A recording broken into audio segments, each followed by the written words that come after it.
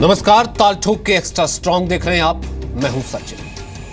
पठानकोट हमले के 9 महीने के भीतर ही उरी में आर्मी कैंप पर हमला हुआ। बिल्कुल उसी तर्ज पर किया गया हमला और एक बार फिर इशारा पाकिस्तान की ओर, क्योंकि भारत के director general military operations DGMO Ranbir Singh ने साफ साफ कहा कि प्राइमरी रिपोर्ट के मुताबिक उरी में हमला करने वाले आतंकी जैश ए मोहम्मद से जुड़े थे। मारे गए आतंकियों के पास से पाकिस्तान में बने सामान मिले हैं। नहीं, आतंकियों के पास से जो आतंकियों के पास युद्ध में इस्तेमाल किए जाने वाले हथियार भी मिले हैं। अब पाकिस्तान कह रहा है कि भारत ठोस सबूत दे तो कार्रवाई होगी। पाकिस्तान का कहना है कि आधारहीन आरोप को वो नहीं मानेगा। सवाल यह है कि अब तक जितने सबूत भारत ने दिए, पाकिस्तान ने उसका क्या किया। अब सवाल यह है, क्या जो पाकिस्तान पठानकोट को पाक प्रायोजित हमला नहीं मान रहा था, वो उरी की सच्चाई को कबूल कर लेगा।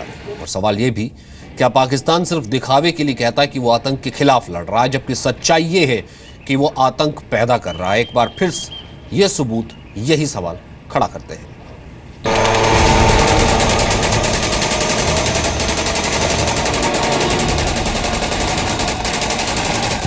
During this firefight, all 4 terrorists have been killed by the Indian Army. The killed terrorists, they were all foreign terrorists, and as per the initial reports, they belong to Jaish-e-Mohammed Tanzim. Since the terrorists had some items which had Pakistani markings on that, I have spoken to the Pakistan Director General of Military Operations and conveyed our serious concerns about the same. इसका जवाब देना चाहिए हमें, और उसी ढंग से देना चाहिए जिस ढंग से हमारे ऊपर ये हमला हुआ है। पाकिस्तान ने बहुत बड़े पैमाने पर हिंदुस्तान को चुनौती दी है, क्योंकि ये टैरिस्ट हैं, ये उसके नॉन स्टेट एक्टर नहीं है, उसके स्टेट एक्टर्स हैं। जम्मू कश्मीर में पाकिस्तान का बिल्कुल सीधा जो है मिलिटेंट्स भेजना, हस्तक्षेप करना और ओपनली जो है सारा कुछ करना जो है ये जो कर रहा है, तो उसके लिए केंद्र सरकार बड़ी सीरियस है। पाकिस्तान ही है, और पाकिस्तान लंबे समय से षड्यंत्र करता रहा है और विफल भी होता रहा है। और पाकिस्तान को वो दिन भी याद रखना चाहिए जब भारत की फौजों ने पाकिस्तान को कराची तक खदेड़ा था। अभी उस सब्र की सीमा हम शायद पहुंच गए हैं, और पाकिस्तान को उसी भाषा में जवाब देने का समय आ गया है जो वो समझता है। ताल ठोक में आज का पहला सवाल, क्या पाकिस्तान से सवाल करने की बजाय जवाब देने का वक्त है? दूसरा, क्या पाकिस्तान बातचीत की भाषा समझना ही नहीं चाहता है? तीसरा सवाल, क्या हिंदुस्तान के सब्र को कमजोरी समझ रहा है पाकिस्तान? और ताल ठोक के आज का चौथा सवाल, क्या पाकिस्तान को सम्मान नहीं घमासान की जरूरत है? और इस पर बात करने के लिए कर्नल रिटायर्ड शफकत सईद, रक्षा विशेषज्ञ, पाकिस्तान से हमारे साथ हैं। पाकिस्तान की कई यूनिवर्सिटीज में विजिटिंग फैकल्टी हैं। तारिक पीरजादा हमारे साथ होंगे, डिफेंस एक्सपर्ट, डिफेंस मामलों के जानकार, पाकिस्तान के और राजनीतिक मामलों के जानकार। ब्रिगेडियर रिटायर बीडी मिश्रा, जो कि लगातार इस हमले को हमें समझा रहे हैं, हमारे साथ बने हुए हैं। भारत की क्या स्ट्रेटजी है और लगातार गुस्से में भी है, रक्षा विशेषज्ञ हमारे साथ मौजूद है। एनएसजी में फोर्स कमांडर रह चुके हैं, 1993 में अमृतसर में हाईजैक ऑपरेशन के कमांडर भी आप रह चुके हैं। बहुत बहुत स्वागत है सर आपका। Major general retired Bishambar Dayal, रक्षा विशेषज्ञ हमारे साथ मौजूद है। 1978 में आर्मी में कमीशन मिला, दिल्ली में आर्मी हेडक्वार्टर के डिप्टी डीजी रहे हैं। शफकत सईद साहब, सबसे पहले मैं आपसे शुरुआत करना चाहता हूं, चाहता क्या है पाकिस्तान? क्या बिल्कुल पूरी दुनिया यह कह दे कि डिक्लेयर्ड एक फेल्ड स्टेट है, टेररिस्ट स्टेट है, तभी आप मानेंगे, या तभी आप आतंकी भेजना बंद करेंगे? क्या चाहता क्या है पाकिस्तान? देखें जी, पहली चीज तो यह है कि पाकिस्तान क्या चाहता है, ये आप हमारे वज़ीर आज़म से की शख्सियत को देखकर मालूम कर सकते हैं, क्योंकि वो बहुत ज़्यादा हिंदुस्तान के साथ अच्छे ताल्लुकात इस्तेमाल करने के हक में हैं और चाहते हैं, और उनकी ख्वाहिश यही है कि हिंदुस्तान से बहुत बेहतर ताल्लुकात हों। जहाँ तक आप कहते हैं कि दहशतगर्दों को पाकिस्तान इंडिया में भेजता है, तो मैं इस बात से बिल्कुल इत्तेफाक नहीं करता, क्योंकि आपकी फौज और बीएसएफ ने जो ऑब्स्टिकल सिस्टम और जिस तादाद में वो लगी हुई है, जिस न्यूमेरिक सुपरियॉरिटी में वो लगी हुई है, तो उसके होते हुए ये एक मजाकखेज बात लगती है कि कोई बोले कि जी पाकिस्तान से इन्फिल्ट्रेशन हो रही है। शौकत साहब कब तक डिनाइल में रहेंगे? कब तक डिनाइल में रहेंगे? पकड़े जाते हैं जैश के, वहां से रिस्पॉन्सिबिलिटी उनकी तंजीमें ले लेते हैं, वो पाकिस्तान में बैठे हैं, बैठ करके खुले में रैली करते हैं, वहां से चंदा उठाते हैं, कह रहे हैं कि हमने इंडिया पे हमला करना है, हमने वहां पर जिहादी भेजने हैं, तो देखिए हमें चंदा दीजिए। सब कुछ तो खुले में हो रहा है, फिर किस चीज के लिए? मान लीजिए ना, सब कुछ तो खुले में हो रहा है, डीएनए हो जाते हैं, पठानकोट में भी आपको सारे सबूत दे दिए, सब कुछ तो खुले में चल रहा है, फिर किस बात का डिनाइल? पठानकोट पे तो आपके एक्सटर्नल अफेयर की जो मिनिस्टर साहिबा हैं उनका बयान ही काफी है, जिसमें उन्होंने बोला था कि पाकिस्तान की गवर्नमेंट किसी भी सूरत इसमें नहीं इन्वॉल्व। तो आप ये कब बोला? ये कहां से शौकत साहब कहां से बयान सुनाते हैं आप ले आए? ये कौन सा बयान आप कहां से ले आए? बकायदा पाकिस्तानी सामान मिला, पाकिस्तानी मेड की वहां पे राइफल्स मिले, पाकिस्तानी कब आर्मी बोला? भी मिली। किस कॉन्टेक्स्ट में बोला? पठानकोट में बोला या अभी के कॉन्टेक्स्ट में बोला? और पाकिस्तानी पकड़े गए हैं। दे देता हूं।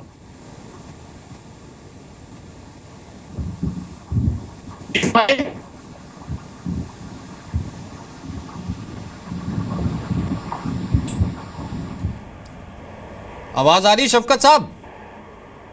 जी फरमाइए।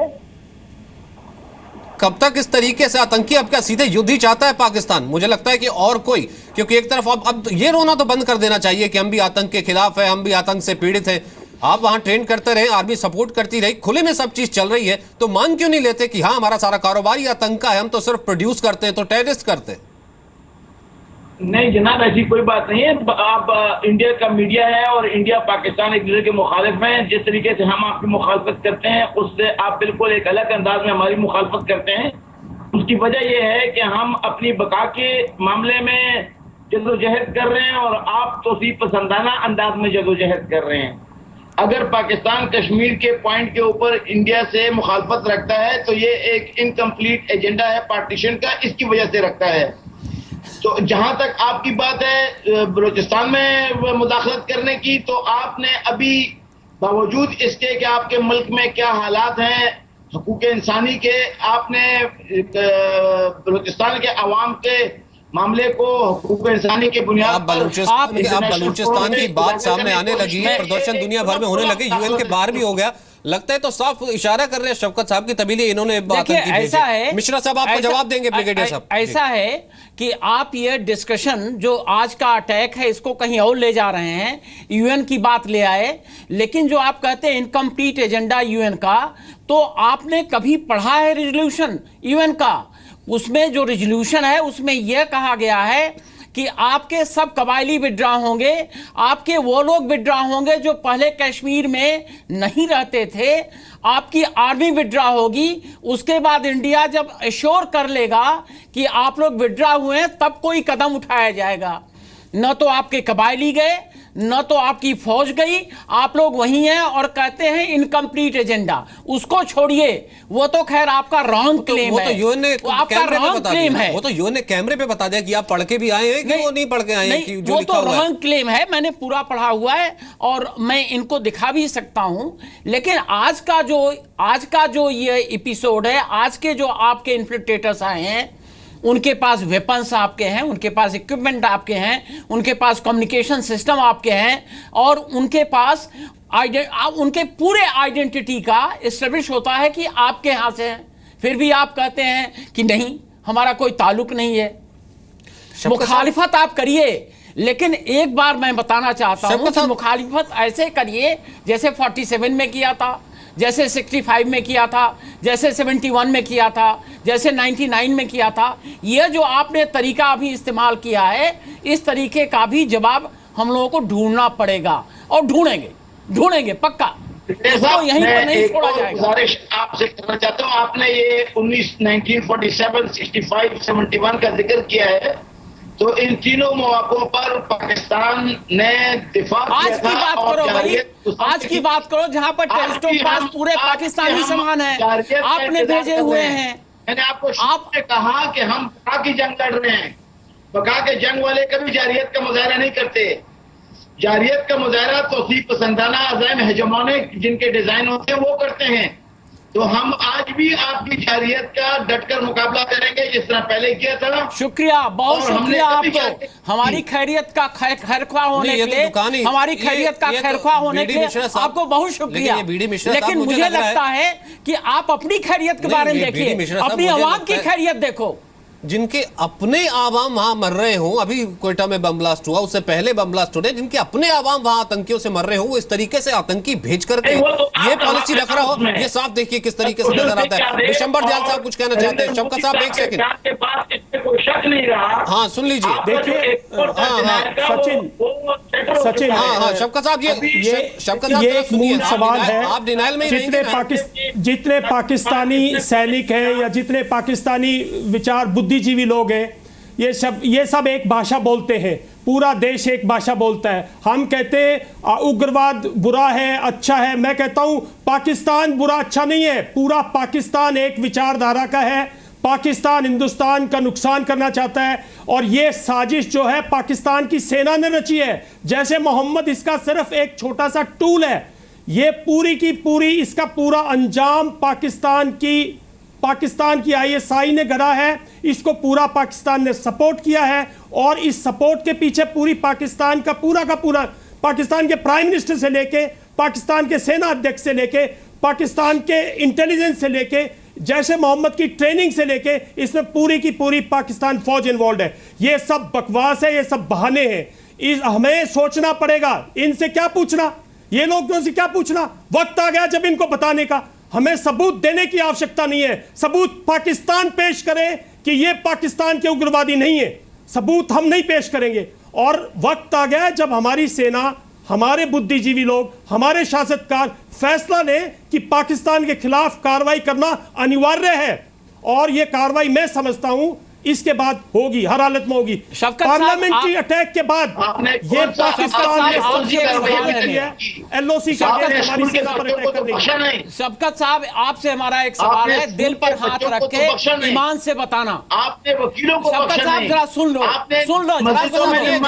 शफकत साहब सुन लो। और आप क्या करेंगे? शफकत साहब, आपसे एक हमारा सवाल है, आपसे एक हमारा सवाल है, दिल पर हाथ रख के ईमान से बोलना। अगर फिर एक जंग हुई इंडिया और पाकिस्तान के बीच में, तो क्या आपके अवाम को, आपके मुल्क को और आपके किसी तबके को कोई फायदा होगा? आपके पास भी एटॉमिक वेपन्स हैं और हमारे पास भी एटॉमिक वेपन्स हैं, लेकिन आप ये बताइए कि क्या फायदा होगा जिस रास्ते पर आप चल रहे हैं। मैं समझता हूं कि आप अपने अवाम को बिल्कुल गर्दिश में पहुंचाना चाहते हैं। मत करो। और चीन आपका भरोसेमंद दोस्त है, लेकिन मैं एक बात और बताना चाहता पेश किया है, आपको शर्म आनी चाहिए। आप टेलीविजन पे मुस्कुरा रहे हो, तक आप इनमें इंसानियत की उम्मीद रखते हो। आपके मुल्क पर हावी होगा और आपको निकलने का रास्ता नहीं मिलेगा। ये आतंकवाद बंद करो, इनके ये फिदाइन बेचना बंद करो, इससे आपको कोई फायदा होने वाला नहीं है। लेकिन मिश्रा साहब, अगर उनको समझ आती है तो इस तरीके से दुकान चलती, अगर वो इस तरीके से मुस्कुरा रहे होते। मैं क्यों ना मुस्कुराऊं? और जब आप लोग मुझे ये सबक पढ़ा रहे होते हैं तो मुझे हंसी नहीं आएगी, तो और क्या है, मैं रो पड़ूं? आप लोग जो मुझे लेक्चर दे रहे हैं इंसानी हकूक के और पाकिस्तान के फेल होने के, तो इसमें मुझे हंसी नहीं आएगी और क्या होगा? मैं अभी पिछले कुछ दिनों पहले मैं आपके यहाँ को लेक्चर नहीं दे रहे, हम आपको लेक्चर नहीं दे रहे, हम तो आपसे सबूत मांग रहे हैं कि ये कार्रवाई कर रही थी कि आपके सरकार को कहती है कि कश्मीर में, मैं तो आपसे सबूत मांग रहा हूँ, सबूत पेश। मेहरतरार आपकी जर्नलिस्ट है, वो कई बार इंडिया टीवी ब्रिगेडियर साहब, इनको इन चीजों का फर्क ही नहीं पड़ता। साफ देखिए, जो आदमी इस तरीके से ऐसे मुस्कुरा रहा हो इस वक्त पे बैठ करके, जब हम मौतों की बात कर रहे हैं, जो अपने लोगों पर आतंकी भेज के अपने बच्चों पर इस तरीके से बम ब्लास्ट करवाते हो, उनमें किस तरीके की हम शर्म की बात कर रहे हैं? विशंबर दयाल साहब, क्या जवाब देना चाहेंगे उनकी इस मुस्कुराहट को जिसका जिक्र हम यहां पर कर रहे हैं? क्या सबक इस वक्त दिया जा सकता है पाकिस्तान को? विशंबर दयाल साहब।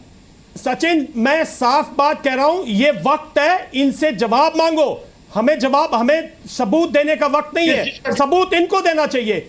पाकिस्तान की जवाब सेना, आपने देना है। पाकिस्तान की पूरी जवाब पूरी आपने देना है, पॉलिटिकल एक 49 ही डिजाइन बच्चों है के कत्ल कि का। किसी तरह से जवाब आपने देना है 70 वकला की शहादत का। अपने इस घिनौने जवाब उसको आपने देना है हमारी 22 जो मामलों की वैल्यू शहादत से उसे का। जोड़ा जाए और उसको बढ़ाया जाए।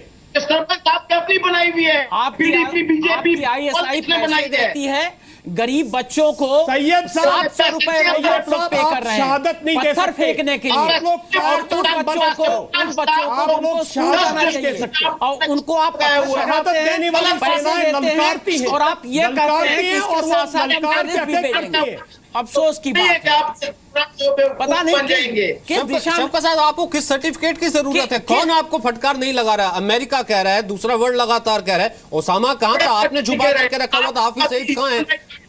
जैसे मोहम्मद कहाँ पर है? लश्कर किधर है? तमाम ऑर्गेनाइजेशन जो टेररिस्ट पैदा करते हैं। अफगानिस्तान आपको मुंह चिढ़ा रहा है, साफ नजर नहीं आ रहा? क्या ये वक्त नहीं है? कम से कम एक्सपोज हो गए हैं आप लोग, तो सीधे तौर पर मान जाइए। आजम ने तराफ जुर्म किया है पाकिस्तान के जाती मामला में मुदाखलत का। उसने तराफ जुर्म किया है 149 बच्चों के कत्ल का। उसने तराफ जुर्म किया 70 वकला की शहादत का।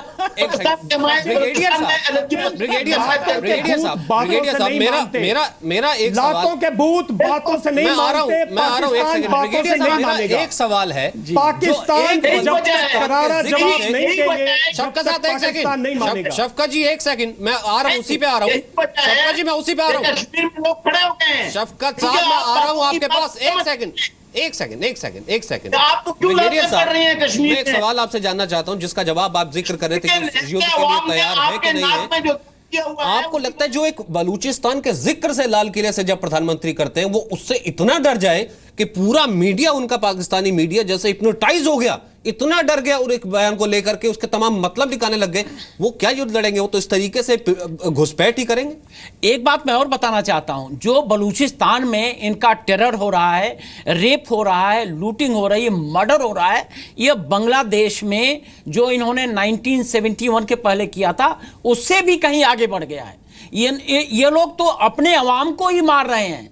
इनसे कुछ एक्सपेक्ट नहीं किया जा सकता है। और इनसे हम ये भी कहना चाहते हैं कि संभल जाओ, अपने अवाम को की तबाही मत करो। जी विशंबर दयाल साहब। सचिन, एक्चुअली हम लोग इनसे बात करके अपना वक्त जाहिर कर रहे हैं। आज वक्त आ गया हमें, जब एक सोच समझ के, जिस तरह से हमने 1971 में एक अच्छी प्लानिंग की और उस प्लानिंग को रूप दिया, मैं समझता हूं ये एलओसी के अक्रॉस इन्होंने जो अटैक किया है, पूरी सोच समझ के साजिश से किया है। जब साजिश से किया है, पाकिस्तान की सेना इन्वॉल्व है, तो ये एक भारत के ऊपर अटैक है। इसका बदला एक सोच समझ के, अच्छी नीति के तहत इनको अटैक, हमें एक प्रिसीजन अटैक के साथ इनको देना पड़ेगा। जो अक्रॉस एलओसी जितने टेरर कैंप्स हैं, जो भी इस इलाके में कैंप है, उनको डिस्ट्रॉय करना पड़ेगा। जब तक हम एक मजबूत संदेश नहीं देंगे, हमारे देश को कमजोर करते रहेंगे लोग। हमारी सेना के मनोबल को, आपने चूड़ी कभी नहीं पहनी थी 47 से लेकर के आज तक, आपने 99 तक कभी चूड़ी नहीं पहनी थी, और न हमने आपको चूड़ी पहनाई। हमने आपके गन का जवाब गन से दिया था। चूड़ी शायद उसमें पहनी होती है, पीछे से आकर के, पिछवाड़े से घुसपैठ करके उस तरीके से वार कर रहा है। यहाँ पर सीधे तौर पर पाकिस्तान कभी कबूल नहीं कर। अफसोस की बात है, 8 डिवीजन की रेजिमेंटों से लड़े थे वो। आपके लोगों ने तो कारगिल में मरे हुए, अफसोस की बात है, आप लोगों ने मिट्टियां नहीं, खाक को नहीं एक्सेप्ट किया अपने लोगों का, अपने आर्मी का। आपने 2 डिवीजन का इन्फेंट्री बटालियन का आपने तो डेड बॉडीज को, कैजुअल्टीज हुई कारगिल में, उनको मानने को तैयार नहीं है। बैटल फील्ड पर हम लोगों ने कारगिल से खुद मना कर देंगे। आप लोगों ने तो उन सैनिकों को जिनको भेजा, उनकी मिट्टी तक एक्सेप्ट नहीं किया, और इंडियन आर्मी ने दफनाने का काम किया। उनके ऊपर पाकिस्तान के फ्लैग लगाए, हमने उनके डेड बॉडी को इज्जत दिया, लेकिन आप लोग ये भी नहीं एक्सेप्ट करते। धिक्कार है, शर्म की बात है। सचिन और मैं सचिन देखिए, ना पास्ट की बात करनी चाहिए हमें, ना ज्यादा किसी बात पर जोर देना चाहिए। आज पाकिस्तान ने एक घिनौना अटैक किया है, और इसका जवाब देने के लिए हमें इसका मुंह तोड़ जवाब देना चाहिए, और इसका जवाब बातों से नहीं होगा, इसका जवाब जमीनी कार्रवाई से होगा। तभी सैयद साहब की मुस्कुराहट जाएगी। इनकी मुस्कुराहट जब जाएगी, इनकी मुस्कुराहट जब जाएगी जब ये पाकिस्तान को खो देंगे। मुझे तो इनके मुंह पर कोई मुस्कुराहट नहीं दिखाई पड़ रही है। साहब आपका एक घोंसला बना रखा है, पता नहीं कहां मुस्कुराहट है। आपने एक घोंसला बना रखा है और इसको तोड़ने की आवश्यकता है, इसको तोड़ने का वक्त आ गया है। पाकिस्तान की कमजोरी को दुनिया के सामने दिखाने का वक्त आ गया है। ये ऐसा वक्त है जब आपको हमें आपके खिलाफ सख्त कार्रवाई करनी पड़ेगी। अपने टैंक में लड़ेगा, आपकी तरह नहीं है कि अमेरिका से और फ्रांस से जहाजों की जरूरत है। अपने जहाज में लड़ेगा, अपने टैंक में लड़ेगा। शफकत साहब वक्त नहीं है, नजर आ रहा है किस तरीके से लड़ेगा पाकिस्तान। साहब हमें किसी की जरूरत नहीं है। सिर्फ बलूचिस्तान को डिस्ट्रॉय करने के लिए हिंदुस्तान को किसी की जरूरत नहीं है। पैदा कर रहा है वो कश्मीर में पूरा युद्ध होगा तो न जाने किस तरीके से उसको बदलेंगे। साफ आज नजर आ रहा है, मुझे लग रहा है कि शायद शर्मिंदा होंगे। कम से कम हमारी एयरफोर्स के पास क्या नहीं है, हमारी नेवी के पास शर्म है, नहीं ईमान है, नहीं इंसानियत है। लेकिन मुझे लगता नहीं ब्रिगेडियर साहब किसी तरीके से यहाँ से बात बनने वाली है। अब सरकार तभी लिए बात कर रही है किस तरीके से और एक्शन यहाँ पर लिया जाए। विशंबर दयाल साहब वक्त इतना ही है, बहुत बहुत शुक्रिया सर हमारे साथ बने रहने के लिए। शफकत साहब हम कम से कम तहजीब जानते हैं, बहुत बहुत शुक्रिया हमारे साथ बने रहने के लिए।